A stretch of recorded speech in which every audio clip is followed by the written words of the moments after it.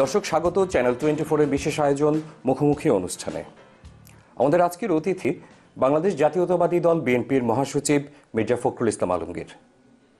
মির্জা ফখরুল ইসলাম আলমগীর, আপনাকে স্বাগত আমাদের মুখোমুখি অনুষ্ঠানে। আপনাকেও স্বাগত জানাচ্ছি।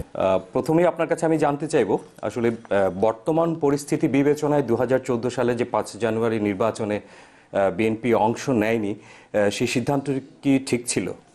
2014 প্রেক্ষাপটটা ছিল সম্পূর্ণ ভিন্ন রকম।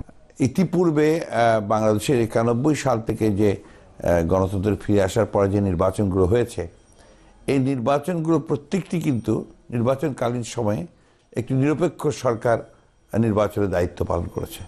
ফলে সেই নির্বাচনগুলো কিন্তু পুরোটাই প্রায় সবগুলো একেবারেই না হলেও পুরো কম বেশি গ্রহণযোগ্য হয়ে গেছে সকলের কাছে। আওয়ামী লীগ সরকার 2008 সালে ক্ষমতায় আসার পরে তারা যখন ত্রয়োদশ সংশোধনীকে বাতিল করে দিয়ে 2014-তে যখন পঞ্চদশ সংশোধনী নিয়ে আসলেন, অর্থাৎ caretaker system of government during the election টাইমটাকে বাতিল করে দিয়ে দলীয় সরকারের অধীনে অ্যামেন্ডমেন্ট করে নিয়ে আসলেন, তখনই কিন্তু সমস্যাটা তৈরি হয়েছে। অর্থাৎ যেটা এই দেশে মানুষ গ্রহণ করে নিয়েছিল, মেনে নিয়েছিল, এবং এটার পেছনে যুক্তিটা ছিল যা পলিটিক্যাল কালচার, অর্থাৎ আস্থার অভাব রাজনৈতিক দলগুলোর উপরে, এখানেই মূল বিষয়টা হয়ে গিয়েছিল। তো এটা স্বাভাবিকভাবেই তখন কিন্তু সমস্ত রাজনৈতিক দলগুলো তারা কিন্তু আপনার এই কেয়ারটেকার গভর্নমেন্টটাকে চেয়েছিল যে আরও 2টো টার্ম এটা হোক, এবং যে রায়টা এসেছিল হাইকোর্টে তাতেও কিন্তু বলা ছিল যে আগামী 2টো টার্ম সেই নির্বাচন করা যেতে পারে।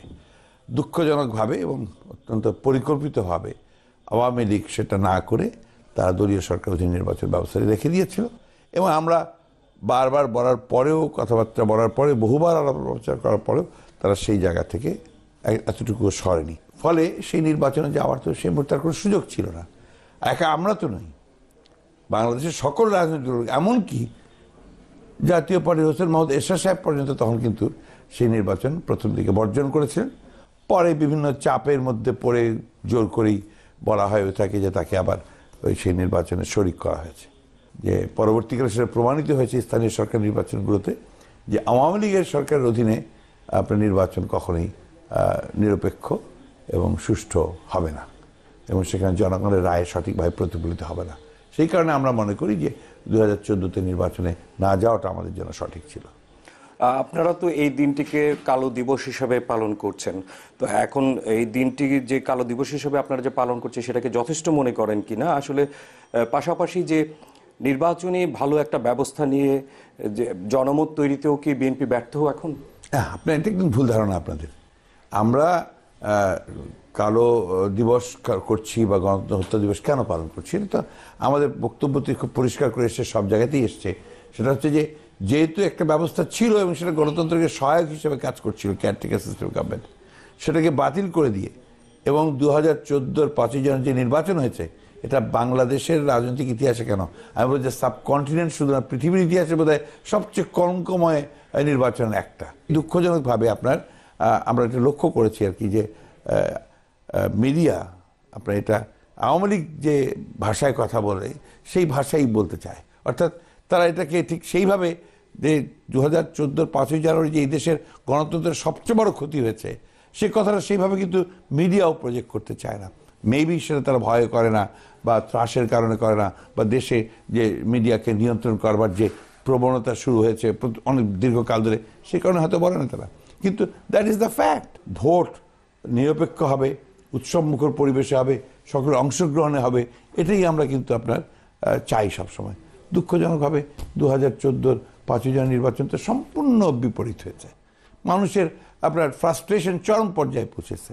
সেই কারণে আমি মনে করি যে এটা আপনার কোনো মতেই সঠিক নয়। কিন্তু বিএনপি কি জনমত, মানে একটা ভালো নির্বাচন ব্যবস্থার জন্য জনমত গঠনে মানে সঠিক পদক্ষেপ নিতে পেরেছে? অবশ্যই, কেন নয়? আপনারা নিজেরাই বলুন, 95 জন লোক ভোট দিতে আসেনি, সেখানেই তো জনমতটা তৈরি। আপনি ফলাফল তো সেখানেই পাবেন, দ্য রেজাল্ট উইল বি দেয়ার।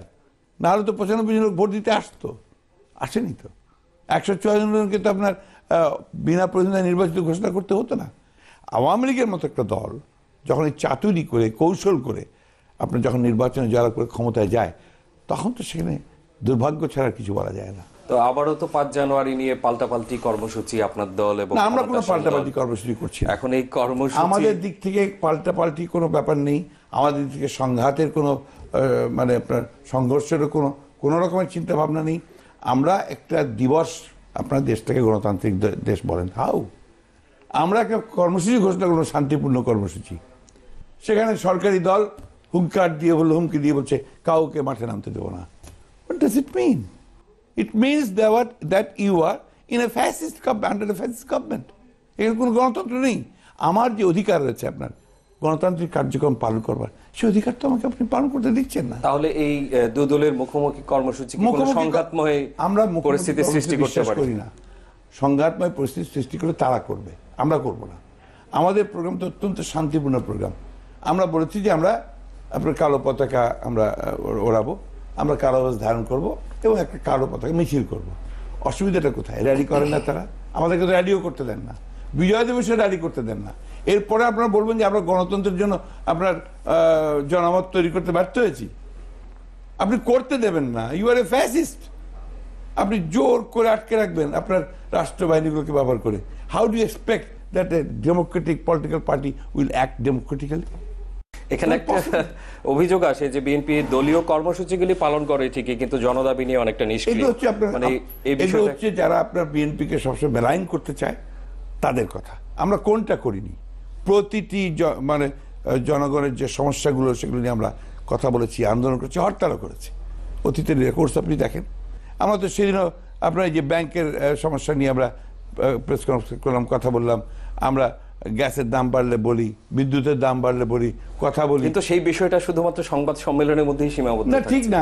এই কথাগুলো আপনাদের হচ্ছে একেবারে পক্ষপাতিত্বের কথা। আমরা মিছিল করেছি, মিছিল করতে দেওয়া হয় না, আমাদেরকে বেরোতে দেয় না। এই জন্যই আপনার আমাদেরকে আপনার এই ধারণাগুলো নিয়ে আসেন। আমার কাছে যেটা মনে হয়েছে, আমি অত্যন্ত দুঃখের সঙ্গে বলতে চাই যে আপনারা বিরোধী দলের যতটা কথা বলেন, সমালোচনা করেন বা তার দুর্বলতাগুলো ধরতে চান, আপনারা গণমাধ্যম সরকারি দল যে ভয়ঙ্কর ক্ষতি করেছে গণতন্ত্রের, তার একেবারে আপনার শেকড়ে গিয়ে শেকড় কেটে দিয়েছে। একটা কর্তৃত্ববাদী সরকার প্রতিষ্ঠা করেছে, জনগণের ভোটের অধিকার কেড়ে নিয়েছে। আপনারা কিন্তু মিডিয়াতে এখন সেই কথাগুলো সেইভাবে প্রজেক্ট করেন। দিস ইজ ভেরি এই বিষয়ে আমরা আবারও আলোচনায় আসবো। দর্শক, ছোট্ট একটা বিরতি নিচ্ছি মুখোমুখিতে, সাথেই থাকুন। দর্শক, আমরা আবারও ফিরে এসেছি মুখোমুখিতে। আমরা আলোচনা করছিলাম দেশের রাজনৈতিক পরিস্থিতি এবং বিএনপির ভবিষ্যৎ পরিকল্পনা নিয়ে। মির্জা ফখরুল ইসলাম আলমগীর, নির্বাচন কমিশন পুনর্গঠন নিয়ে রাষ্ট্রপতি তো একটা আলোচ সংলাপের উদ্যোগ নিয়েছেন, এটাকে আসলে কিভাবে দেখছে বিএনপি? এবং একই সাথে যদি আমি জানতে চাই, সেটা হচ্ছে যে এই সংলাপের ফলাফলটা শূন্য হবে এমনটা বিএনপি নেতারা অনেকে বলতে শুরু করেছেন। তো এমন ভাবনারই বা কারণ কি? আর তাহলে কি আপনারা মনে করেন যে সংলাপ আসলে কোনো মানে রাখে না? এরকম কথা আমি খুব বেশি কোথাও দেখিনি আমাদের নেতাদের মুখ থেকে। আপনাদের মিডিয়াতেই আমি খুব বেশি দেখিনি। গণমাধ্যমে এটা খুব কোথাও এসছে বলে আমার জানা নেই। কে বলেছেন তা আমি বলতে পারবো না। আমরা নির্বাচন কমিশন একটি নিরপেক্ষ হোক, সেটা আমরা চাই বলেই কিন্তু আমরা আপনার প্রস্তাব দিয়েছি আগ বাড়িয়ে। আমরা বলেছি যে আমরা এই ধরনের একটি নির্বাচন কমিশন চাই, কারণ আমরা মনে করেছি যে শুধু চাই বললেই হবে না, তার জন্য কীভাবে চাইতে পারি, এই সিস্টেমের আমাদের নির্বাচন কমিশনটা কীরকম হতে পারে, তার সমস্ত কিন্তু আমরা আমাদের প্রস্তাবের মধ্যে একেবারে স্পেসিফিক সুনির্দিষ্টভাবে তার পদ্ধতিগত দিকগুলো আমরা বলেছি। এত পজিটিভভাবে তো আগে কখনো দেওয়া হয়নি। That means we are very serious about it. এবং এটা আমরা এই জন্যই মনে করি যে একটি নির্বাচন কমিশন যদি শক্ত হয়ে দাঁড়াতে পারে এবং সরকার যদি তাকে সহায়তা করে সে নির্বাচন আপনার নিরপেক্ষভাবে পরিচালনার জন্য, তাহলে একটি নির্বাচন সুষ্ঠুভাবে হতে পারে। অতীতে আমরা দেখেছি আপনার তিনটা নির্বাচন 91 থেকে শুরু করে আমরা দেখেছি। সুতরাং এটা আমরা বিশ্বাস করি এবং that's why we are so serious about it. এমনকি আমাদের সমর্থক নন থিঙ্ক ট্যাঙ্ক বেশ কয়েকটি ইতিমধ্যে এটা নিয়ে আলোচনা করেছে। সংলাপের ফলাফল আপনাদের পছন্দ নাও হতে পারে, তো সেক্ষেত্রে আপনাদের ভূমিকা কি হবে এবং আলোচনার জন্য চাপ কি আপনারা অব্যাহত রাখবেন? সব কিছু তো শেষ আছে। এই পরিস্থিতি কতদিন বাংলাদেশে চলতে পারে? এই পরিস্থিতির ফলে যে রাজনৈতিক অনিশ্চয়তা, যে রাজনৈতিক অস্থিতিশীলতা সৃষ্টি হয়েছে, জনগণের মধ্যে যে একটা অস্বাচ্ছন্দ্যকর একটা পরিবেশ তৈরি হয়েছে, এটা কখনোই আমাদের জাতিকে সেইভাবে এগিয়ে নিতে সক্ষম হবে না। আমরা সেই জন্য অত্যন্ত আশা করছি যে এটাতে আমরা একটা ফলাফল পাবো। এমনিতে যে নির্বাচন কমিশন পুনর্গঠনের প্রস্তাবনার সময় থেকে বিএনপি চেয়ারপারসন বলেছিলেন যে পরবর্তীতে একটা সহায়ক সরকার নিয়ে তারা একটা আপনারা ধারণা দেবেন, তো সেই ধারণাটা আসলে আপনারা কি তৈরি করেছেন কিনা, এটা কবে নাগাদ আপনারা সরকার এবং জনগণের সামনে তুলে ধরবেন? আমরা আপনার জাতির কাছেও বলেছি, আমরা মহামান্য রাষ্ট্রপতির কাছেও বলেছি যে সহায়ক সরকারের ব্যাপারে আমাদের যে ধারণা সেটা আমরা সময় মতো, যখন সময় আসবে সেই সময় আমরা সেটাকে জানাবো।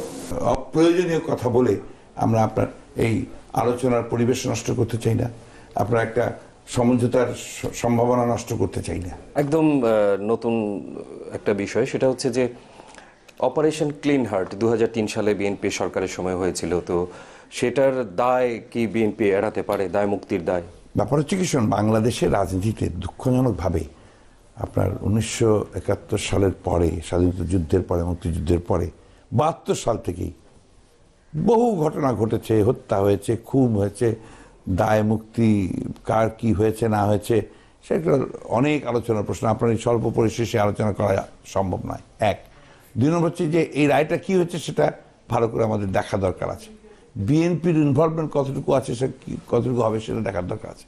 এখন তো প্রতিদিন আপনার এই যে খবরের কাগজ খুললে আমরা দেখি যে আপনার তুলে নিয়ে গেছে আইন শৃঙ্খলা রক্ষা বাহিনীর সদস্যরা, তারপরে তার লাশ পড়ে আছে, এরকম আপনার অসংখ্য প্রতিদিন। তো কার দায় মুক্তি কখন হবে, কে দায়বদ্ধ হবেন, কোন কাজের জন্য কে দায়বদ্ধ হবেন, এটা এত সহজে চট করে বলা সম্ভব না। যেমন ধরেন আপনার যে 1-11 গভর্নমেন্টের পরে আপনার আজকে প্রধানমন্ত্রী পরিষ্কার বলেই দিলেন যে তাদের যা তারা করবে আমরা সেটাকে অ্যাপ্রুভ করব। তারা তো এমন অনেক কিছু করেছে যেগুলো গণতন্ত্রকে ধ্বংস করেছে, মানুষের অধিকার নষ্ট করেছে, সেগুলোকে আপনি অ্যাপ্রুভ করে দিচ্ছেন। হয়েছে তাই, বহুগুলোই অ্যাপ্রুভ করেছে, কিছু কিছু করে নাই। এখন এই কয়েক বছরে যতগুলো খুন হলো, যতগুলো গুম হলো, যতগুলো আপনার এই মিথ্যা মামলা হলো, এর দায় মুক্তি কে নেবে? এক, দায়বদ্ধতা। দুই নম্বর হচ্ছে যে আপনার এই যে সাতমারার নারায়ণগঞ্জের এর তো বিচার হচ্ছে, হ্যাঁ, কিন্তু অবস্থাটা কোথায়? State machinery was involved in it, state organ was involved in it. এখনো যাদেরকে তুলে নিয়ে যাওয়া হচ্ছে, গুম করে দেওয়া হচ্ছে, তো আপনার ক্রস ফায়ারে আপনার জুডিশিয়াল কাস্টডিতে থাকা অবস্থায় মারা পড়ছে, এর দায়বদ্ধতা কে নেবে? বিষয়গুলো হচ্ছে এগুলো নিয়ে আমি মনে করি যে একটা জাতীয় আলোচনা হওয়া দরকার, কনসেনসাসে আসা দরকার যে এই বিষয়গুলোকে আমরা কখনোই আর প্রশ্রয় দেব না, এবং প্রশ্রয় দেব না শুধু না, আমরা এগুলোকে এটা হচ্ছে কেন? আসলে ডেমোক্রেসি নেই, গণতন্ত্র নেই, কখনোই আইনের শাসন নেই। আমরা যে যখন ক্ষমতা যাই, আমরা ক্ষমতাকে আপনার নিজের মনে করে আমরা সেইভাবে চালাতে চেষ্টা করি। এই অবস্থাটা চললে কি হবে? সংঘাতই বাড়বে। এই অবস্থা থেকে আপনারা কি বেরিয়ে আসার চেষ্টা করবেন কিনা? মানে যে এক দল আরেক দলকে দোষ দিচ্ছে, সেই দল আবার আরেক দলকে দোষ দিচ্ছে। আমরা তো প্রস্তাবটাই দিয়েছি সেই জন্য। আজকে দুর্ভাগ্যজনকভাবে যে দলটি আওয়ামী লীগ, যারা মুক্তিযুদ্ধের পূর্বে জাতিকে নেতৃত্ব দিয়েছিল আপনার বাংলাদেশের স্বাধীনতা আন্দোলনের জন্য, যে দলটি পরবর্তীকালে আমাদের সঙ্গে একসাথে স্বৈরাচারের বিরুদ্ধে সংগ্রাম করেছে, লড়াই করেছে, সেই দলটির হাতেই আজকে আবার দ্বিতীয়বারের মতো গণতন্ত্র আপনার ধ্বংসপ্রাপ্ত হচ্ছে।